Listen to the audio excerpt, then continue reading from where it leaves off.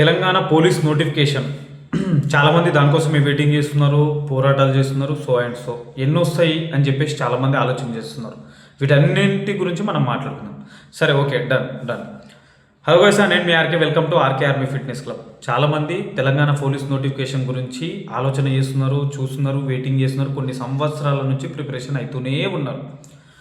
అయితే ఇది ఎప్పుడు వస్తుంది అనేది పక్కన పెడితే గవర్నమెంట్ అనేది ఏం చేద్దాం అనుకుంటుందంటే ఒక 2 విడతల వారీగా పోస్టులు రిలీజ్ చేద్దాం అనుకుంటుంది. ఒకటి 5,000 పోస్టులు, తర్వాత రెండోసారి 5,000 పోస్టులు, లేకపోతే 6,000 పోస్టుల వరకు వేద్దామని అనుకుంటుంది. అయితే ఇక్కడ ఏంటంటే పాయింట్ ఏంటంటే 5,000 పోస్టులు వేస్తే మాత్రం ఖచ్చితంగా నిరుద్యోగులకి 100%, 100 కాదు 1000% అన్యాయమే జరుగుతుంది. ఇది గ్యారంటీ. ఎందుకంటే లాస్ట్ 2022 నోటిఫికేషన్లు ఎవరికైతే జాబులు రాలేవో 31, 32 ఏజ్ వాళ్ళు ప్రిపరేషన్ అవుతారు.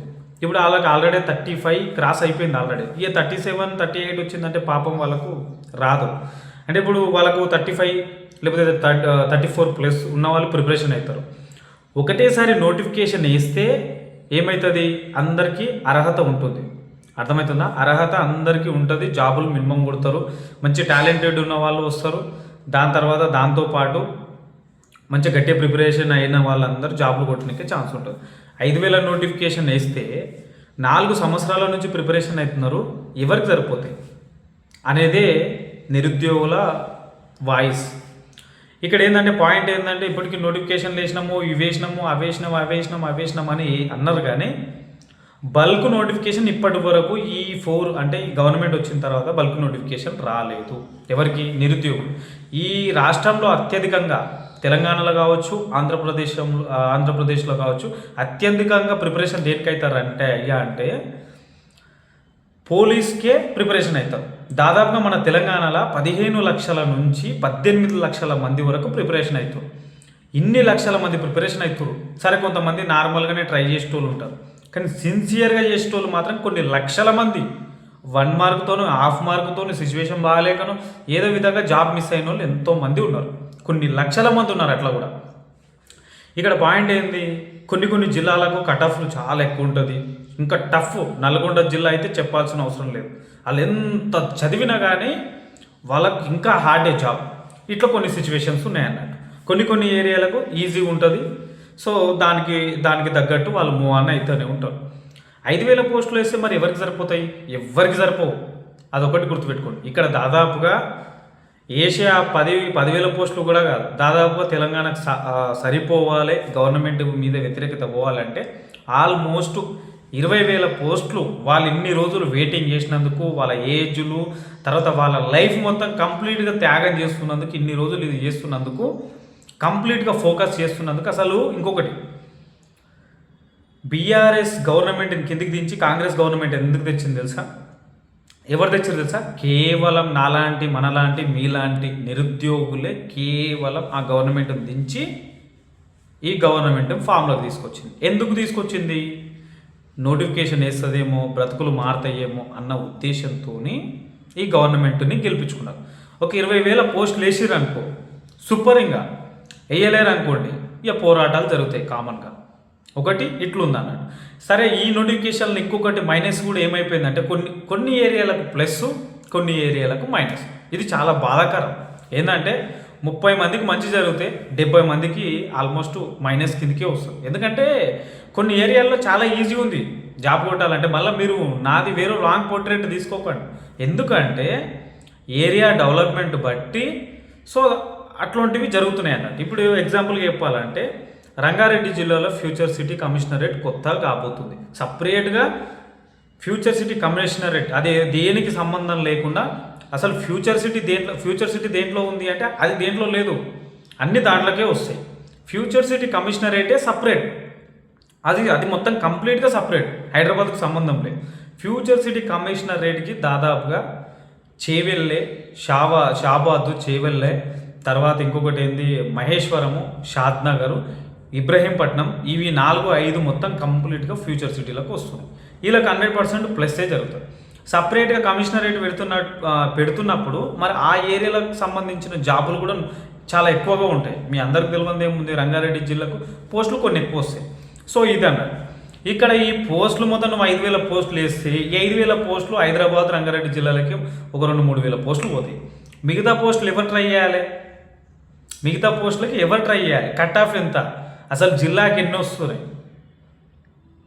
ఇందులో గర్ల్స్కి ఎన్ని పోతాయి, బాయ్స్కి ఎన్ని పోతాయి, ఎక్స్ సర్వీస్ మ్యాన్ అని చెప్పేసి ఇవన్నీ చూసుకుంటే నిరుద్యోగులకు మాత్రం న్యాయం జరగట్లేదు.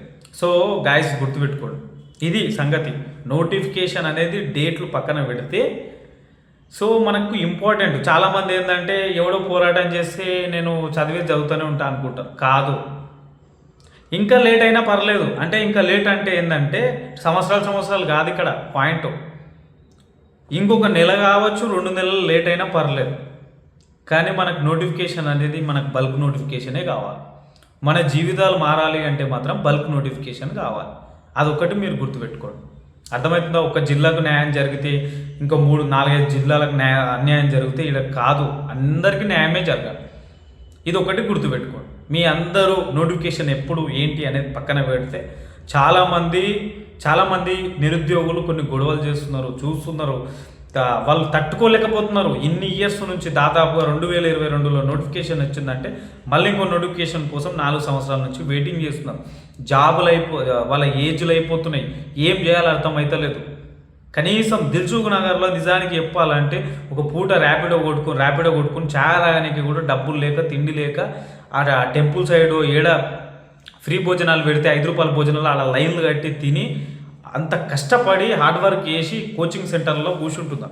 ఏమైనా ఇలాంటి వాళ్ళకి గవర్నమెంట్ ఏమైనా సపోర్ట్ చేస్తుందా? గవర్నమెంట్ ఏ గవర్నమెంట్ సపోర్ట్ చేయదు.